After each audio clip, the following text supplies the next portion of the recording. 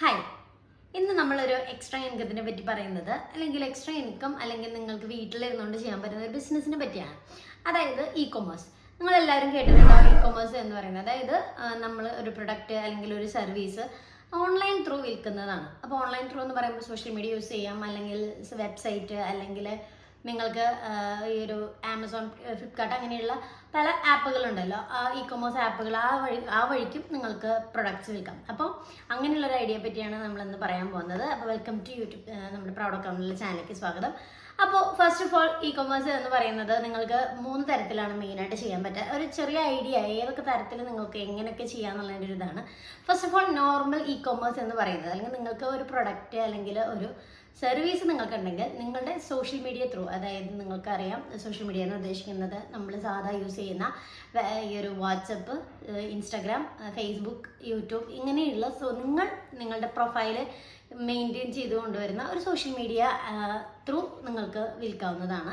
ഇപ്പോൾ എന്തെങ്കിലും പ്രൊഡക്റ്റ്, ഇപ്പോൾ ചിലർ കേക്ക് ബിസിനസ് ചെയ്യുന്നവരുണ്ട്, അല്ലെങ്കിൽ ട്രെയിനിങ് ക്ലാസ് എടുത്ത് കൊടുക്കുന്നവരുണ്ട്, ലൈക്ക് ഞാനിപ്പോൾ ക്ലാസ് കൊടുക്കുന്ന പോലെ ചെയ്യുന്നവരുണ്ട്, അല്ലെങ്കിൽ പല പ്രൊഡക്ട്സ് അവർ തന്നെ വീട്ടിലുണ്ടാക്കിയിട്ട് വിൽക്കുന്നത് അവരുടെ ഈ ഒരു പേജ് ത്രൂ വിൽക്കുന്നവരുണ്ട്, അല്ലെങ്കിൽ അവർ പുറത്തുനിന്ന് ബൾക്കായിട്ട് എടുത്തതിന് ശേഷം അവരുടെ പേജ് ത്രൂ ചെയ്യുന്നതാണ് നോർമൽ ചെയ്യുന്ന ഇ കൊമേഴ്സ്. ഒരുപാട് പേര് ചെയ്യുന്നതാണ്. പക്ഷേ ഇതിൽ നമുക്ക് വേറെ പേപ്പർ വർക്ക്സോ അല്ലെങ്കിൽ രജിസ്ട്രേഷൻ, അതായത് ഇപ്പോൾ GST രജിസ്ട്രേഷൻ, അങ്ങനത്തെ രജിസ്ട്രേഷൻ ഒന്നും ആവശ്യമില്ല. നിങ്ങൾക്ക് നിങ്ങളുടെ അക്കൗണ്ട് ത്രൂ തന്നെ ചെയ്യാം. ഇൻകം ഒരു ഇതിന് കൂടിയാൽ മാത്രമേ നമുക്ക് GSTയുടെ ആവശ്യമൊക്കെ വരുന്നുള്ളൂ. അല്ലെങ്കിൽ നമുക്ക് നോർമലായിട്ട് തന്നെ ചെയ്യാം. ആ ഒരു ലിമിറ്റ് കടന്നാൽ മാത്രം, അതായത് ഗുഡ്സിനാണെങ്കിൽ 40 ലാക്ക്, അല്ലെങ്കിൽ സർവീസ് ആണെങ്കിൽ 20 ലാക്ക് ഒരു ഇയർലി നമുക്ക് വരാണെങ്കിൽ മാത്രമേ നമുക്ക് GST രജിസ്ട്രേഷൻ വേണ്ടൂ. അല്ലെങ്കിൽ നമുക്ക് നോർമലായിട്ട് ചെയ്യാവുന്നതാണ്. പിന്നെ വരുന്നതാണ് ഡ്രോപ്പ് ഷിപ്പിംഗ്. നിങ്ങൾക്കറിയാം, ബൾക്കായിട്ട് നിങ്ങളുടെ വേറെ പ്രൊഡക്റ്റോ അല്ലെങ്കിൽ ഒരു സർവീസോ നിങ്ങളുടേതായിട്ടില്ല. അപ്പോൾ നിങ്ങൾക്ക് വേറെ പ്രൊഡക്റ്റ് പുറത്തുനിന്ന് ഇങ്ങനെ മേടിച്ചിട്ട് നമുക്കത് നമ്മുടെ പേജ് ത്രൂ വിൽക്കാനായിട്ട് പറ്റും. അതിന് വെബ്സൈറ്റ് വേണം. അപ്പോൾ ആ ഒരു വെബ്സൈറ്റിൻ്റെ ഡീറ്റെയിൽസ് അല്ലെങ്കിൽ അതിൻ്റെ ആ ഒരു മെയിൻറ്റെയിൻ ചെയ്യുന്ന എക്സ്പെൻസ് കൂടി നിങ്ങൾക്ക് വരും. ഇവിടെയും നമുക്ക് അധികം പേപ്പർ വർക്ക്സ് ആവശ്യമില്ല. പക്ഷേ ഈ പറയുന്ന പോലെ തന്നെ പുറത്തുനിന്ന് മേടിക്കുമ്പോൾ അതിൻ്റെ ഇപ്പോൾ കമ്പനിയിൽ നിന്ന് നമ്മൾ ബൾക്കായിട്ട് മേടിക്കുകയാണെങ്കിൽ അവിടെ നമുക്ക് നമ്മുടെ പേര്, ഒരു ബിസിനസ്സിൻ്റെ പേരോ അങ്ങനത്തെ ഒരു ഇത് വേണ്ടി വരും. അവിടെ നമുക്ക് GST രജിസ്ട്രേഷൻ കമ്പൽസറി അല്ല.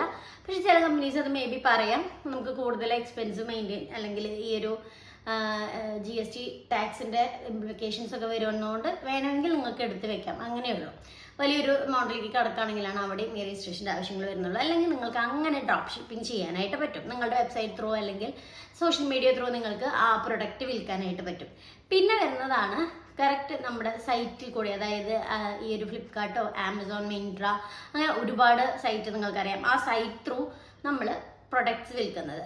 അങ്ങനെ ചെയ്യും. നമ്മുടെ പ്രൊഡക്ട്സ് ആണോ അല്ലെങ്കിൽ നമ്മൾ പുറത്തുനിന്ന് എടുക്കുന്ന പ്രൊഡക്ട്സ് ആയോ അല്ല, അതെല്ലാം അതിലൂടെ വിൽക്കുന്നത്. അങ്ങനെ വിൽക്കുമ്പോൾ എന്താ പ്രശ്നം എന്ന് വെച്ചാൽ നമുക്ക് GST രജിസ്ട്രേഷൻ കമ്പൽസറി ആണ്. കാരണം എന്താണെന്ന് വെച്ചാൽ ആ സൈറ്റ് ത്രൂ വിൽക്കുമ്പോൾ നമ്മുടെ സ്ഥാപനത്തിൻ്റെ രജിസ്ട്രേഷൻ, അതുപോലെ GST രജിസ്ട്രേഷൻ ഇതെല്ലാം ക്ലിയർ ആയതിനു ശേഷം നമുക്ക് അത് ത്രൂ വിൽക്കാനായിട്ട് പറ്റുള്ളൂ.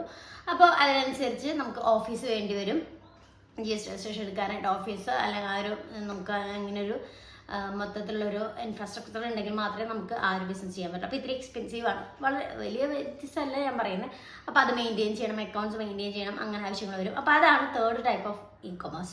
അപ്പോൾ ഇങ്ങനെ 3 ടൈപ്പിൽ നിങ്ങൾക്ക് ഒരു പ്രൊഡക്റ്റോ അല്ലെങ്കിൽ ഒരു സർവീസോ ഉണ്ടെങ്കിൽ നിങ്ങൾക്ക് ഇ കൊമേഴ്സ് സ്വന്തമായിട്ട് വീട്ടിലിരുന്ന് തന്നെ ചെയ്യാം. നിങ്ങൾക്കൊരു ബിസിനസ് അങ്ങനെ നടത്താവുന്നതാണ്. അപ്പോൾ ഇതിനെല്ലാം ഫസ്റ്റ് പറഞ്ഞാണെങ്കിൽ വളരെ വലിയ ചിലവുകളൊന്നുമില്ല. നമുക്ക് സിമ്പിളായിട്ട് നമ്മുടെ നല്ലൊരു പ്രൊഫൈൽ നിങ്ങൾക്കുണ്ടെങ്കിൽ ആ പ്രൊഫൈൽ ത്രൂ നിങ്ങൾക്ക് വിൽക്കാവുന്നതാണ്.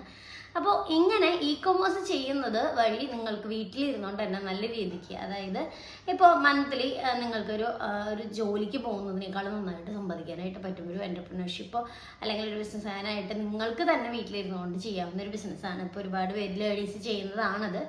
അതുപോലെ തന്നെ നല്ലൊരു വരുമാനം നിങ്ങൾക്ക് ഏൺ ചെയ്യാനും പറ്റും. അപ്പോൾ ഇത് ടൈപ്പ് ഓഫ് ഇ കൊമേഴ്സിൻ്റെ ഒരു ഇതാണ് പറഞ്ഞത്. ഇതിൽ നിന്ന് നിങ്ങൾക്ക് സ്യൂട്ട് ആവുന്നിടത്ത് നിങ്ങൾക്ക് ബിസിനസ് ചെയ്യാം. അപ്പോൾ എന്തെങ്കിലും ഡൗട്ട് ഉണ്ടെങ്കിൽ കമൻറ്റ് ചെയ്യുക.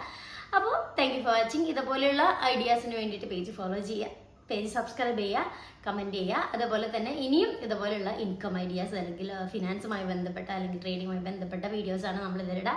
അപ്പോൾ സബ്സ്ക്രൈബ് ചെയ്യുക and wait. Thank you for watching. By.